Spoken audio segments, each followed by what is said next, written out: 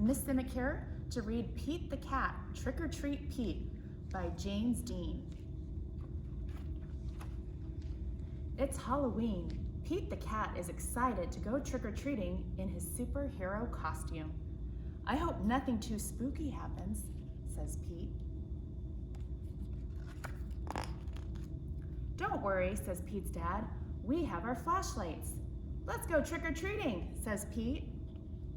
Boo. Pete and his dad walk outside. The wind rustles the leaves. Pete sees something moving in the tree.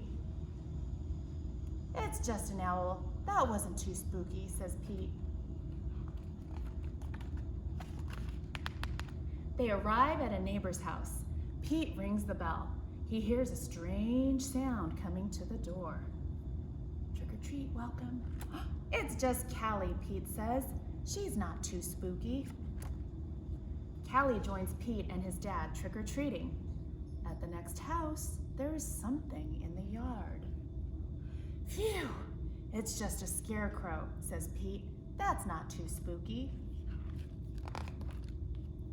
Pete rings the doorbell. Trick or treat, say Pete and Callie. Awesome costume, says Pete. Very spooky, but not too spooky.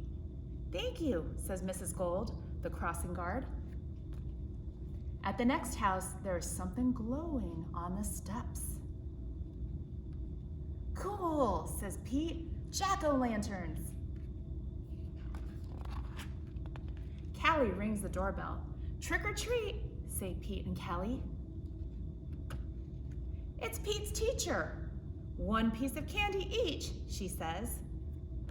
Suddenly, they hear something behind them. What was that? Asks Callie.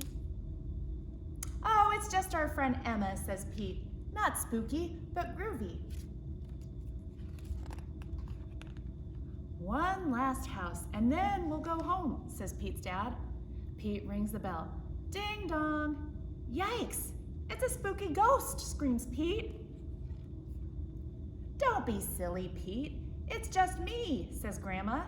Callie and Pete get treats and hugs. Trick-or-treating wasn't too spooky at all. It was actually full of sweet surprises. Happy Halloween!